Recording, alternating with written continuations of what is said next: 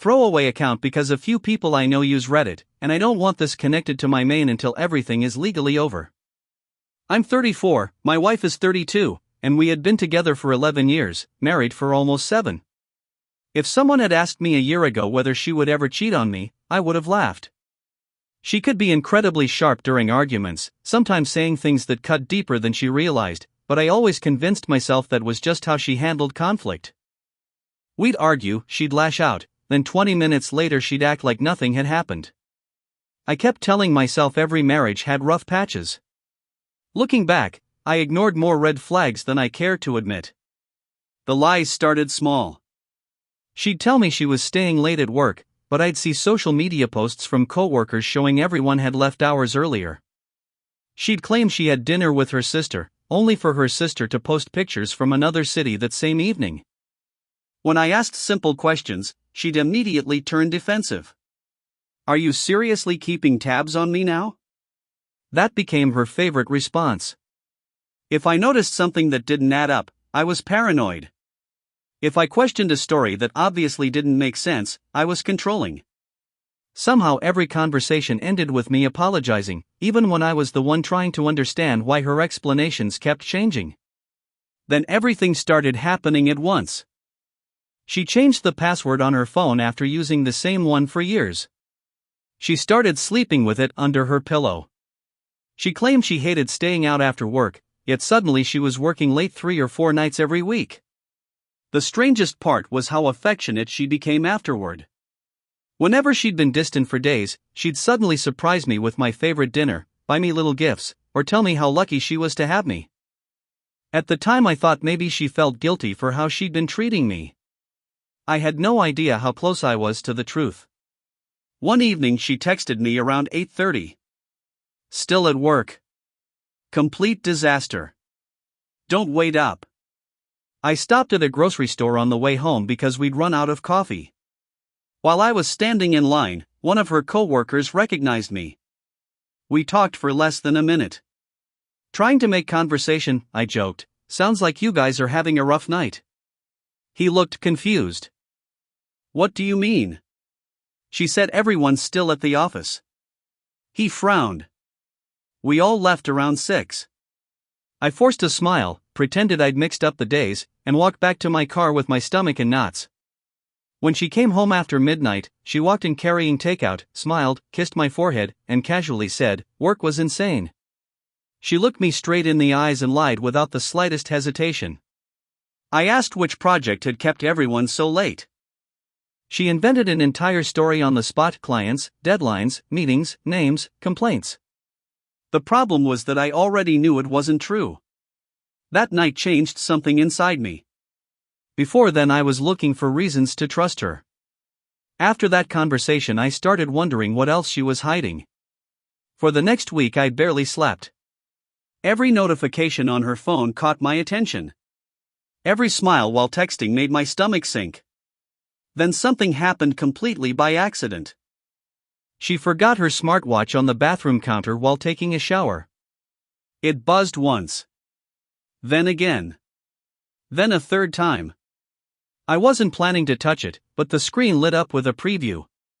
"Last night was worth every risk. I can't stop thinking about you." Before I could process that message, another one appeared. "Delete our chat this time." My hands instantly went cold. The shower stopped running. I quickly set the watch back exactly where it had been before she walked out wrapped in a towel, smiled at me, picked it up, and said, "Morning." Like nothing had happened. I didn't confront her. Not yet. I wanted answers. 2 days later she told me she had an early client meeting and left the apartment before sunrise carrying her laptop bag. An hour later I called her office. The receptionist answered.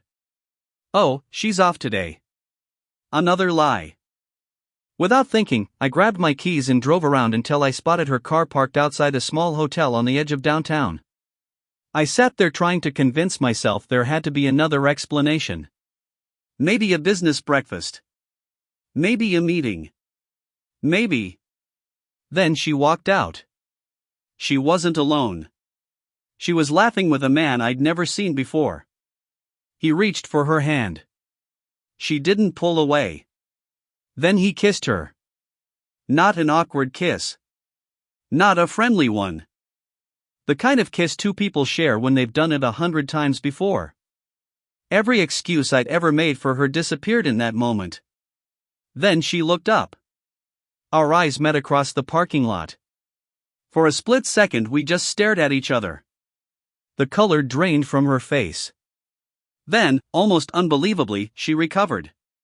She marched straight toward me. "What are you doing here?" I actually laughed. "You're asking me that after I just watched you kiss another man? It isn't what it looked like." "Of course." I asked her to explain. Instead of answering, she accused me of following her. Within seconds she was calling me controlling, obsessive, embarrassing. The man she'd been kissing walked over looking visibly uncomfortable. "I think I should leave," he said quietly. She grabbed his arm. "No. Stay." Then she looked at me and said something I'll never forget. I didn't tell him we were still living together. The man froze. "You told me your divorce was finalized." She immediately interrupted him. "He's twisting everything." "No," he replied. "You literally told me you were divorced." For the first time she had no response. He reached into his pocket, unlocked his phone, and held it toward me. "If you want the truth, read the messages." She lunged toward him. "Don't." Not, "He's lying." Not, "Those aren't real." Just, "Don't." The messages went back months. She joked about how clueless I supposedly was. She wrote that as long as I believed the late-night work stories, everything would be fine. She sent him selfies from restaurants she'd claimed were work dinners. Hotel pictures. Weekend trips she'd described to me as company retreats. Then I found one message that hurt more than all the others. "Sometimes I wish he'd just leave so I wouldn't have to keep pretending." I couldn't read anymore.